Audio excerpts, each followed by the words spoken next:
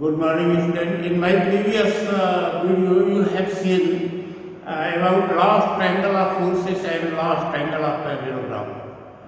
Today we will discuss about resolution of vectors. Resolution.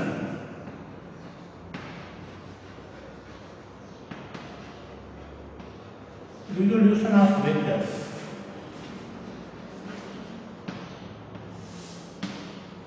Student, हमको we have to resolve a vector R in given direction. इसको दी हुई दिशाओं में आपको resolve करना है। ये मान लो कि ये कंपोनेंट इसका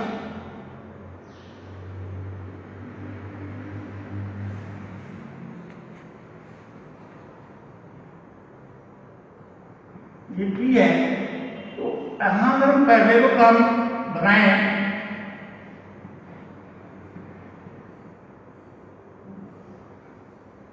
ये क्यों है। अगर अल्फा बीटा एंगल बना के इसको रिजॉल्व करना है तो कंपोनेंट में, तो क्या होगा आपका P और Q। देखो ये वेक्टर ये O A B C vector R is to be resolved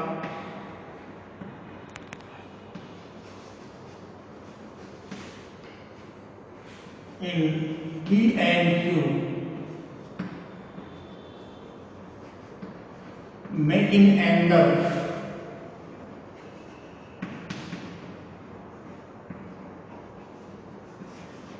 alpha and beta। ये अल्फा बीटा एंगल बना के हमको रिजॉल्व करना है। अब देखो यहाँ इसको अगर हम आगे बढ़ाएं तो this angle is alpha plus beta, ये हो जाएगा इसलिए इस एंगल के बराबर। ये एंगल अगर बीटा है तो अल्टरनेट एंगल, दो पैरेलल लाइंस कट कर देंगे, दो पैरेलल लाइंस हैं, ये ट्रांसवर्सल है, अल्टरनेट एंगल ये बीटा हो जाएगा। अब इन ट्रायंगल OBC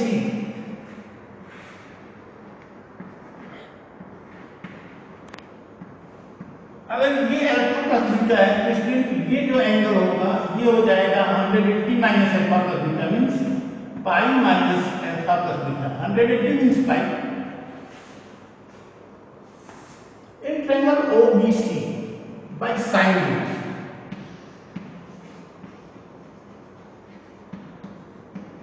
देखो साइन रूल है क्या।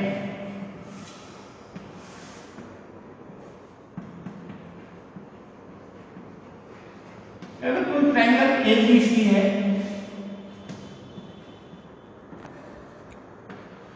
तो इसके सामने की भुजा ये A, ये B और ये C होगी, तो A upon sign A equal B upon sign B equal C upon sign C, ये साइन रूल बोला जाता है। ये A upon sign A equal B upon sign B equal C upon sign C। यहां हम लोग साइन रूल लगाने जा रहे हैं। देखो ये P है, ये R है और ये Q हो जाएगा, तो P upon sine beta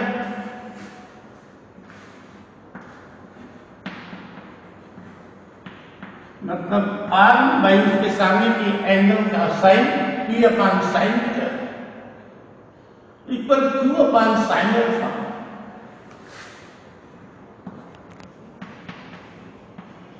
equal R upon ये angle sine pi minus alpha plus beta.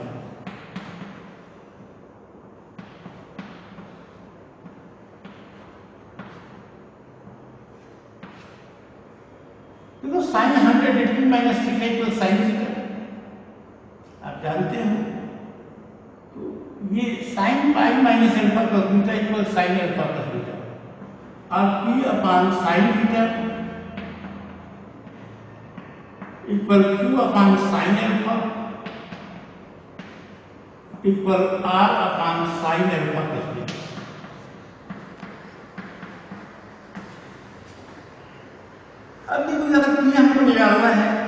Equal यहां से आर साइन बीटा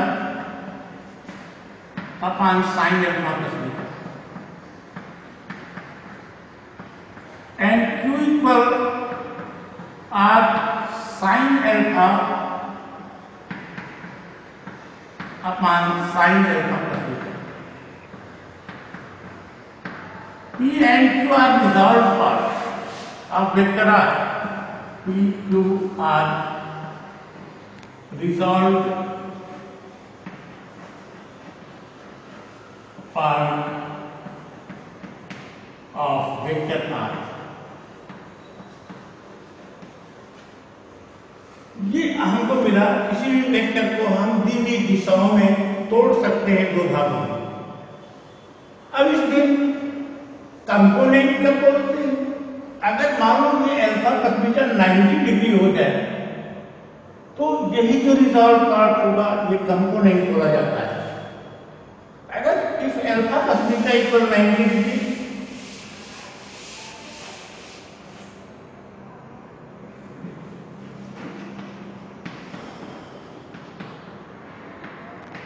तो beta equal sine 90 minus alpha, sine 90 minus alpha equal cos alpha, sine beta equal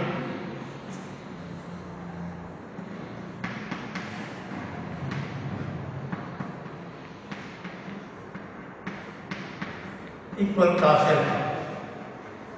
अब यहां हम लोग रखें sine alpha plus beta 90 sine 90 equal 1, यहां हम लोग रखें P equal R sine beta की जगह कॉस अल्फा और alpha plus beta sine alpha plus beta equal 1 and Q equal are देखो साइन अल्फा, ये 1 हो गया। तो P and Q are called, P is horizontal component, ये कंपोनेंट बोला जाएगा।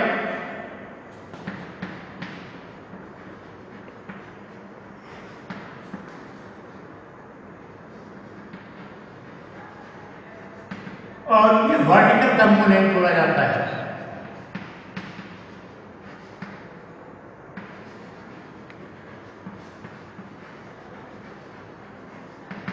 मतलब ये जो आपका बन जाता है वो इस तरह का, ये देखो 90 डिग्री हो गया, ये P है, ये Q है, ये अल्फा एंगल है, ये R।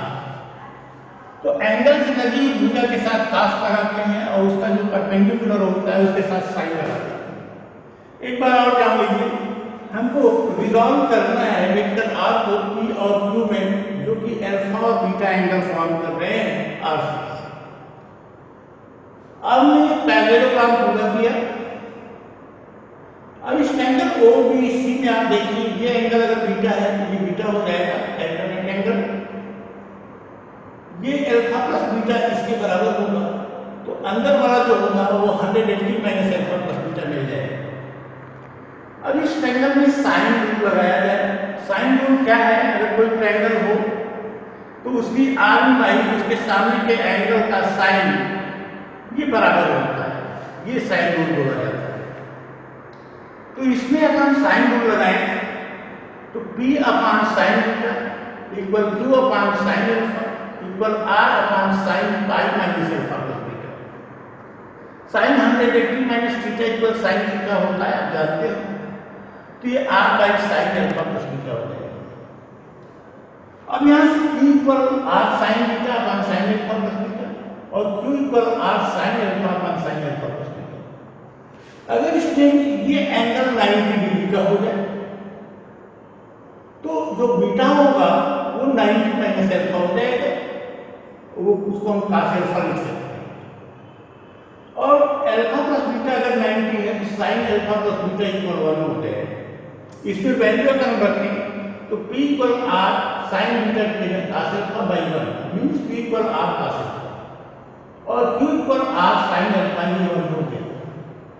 उस कंडीशन में जब इन दोनों के बीच का एंगल 90 डिग्री हो तो उस कंडीशन में जो P होगा it will be called horizontal component and two will be called vertical component. So this was resolution of vectors, and tomorrow we will study about dot product of two vectors. For today, thank you. Have a nice day.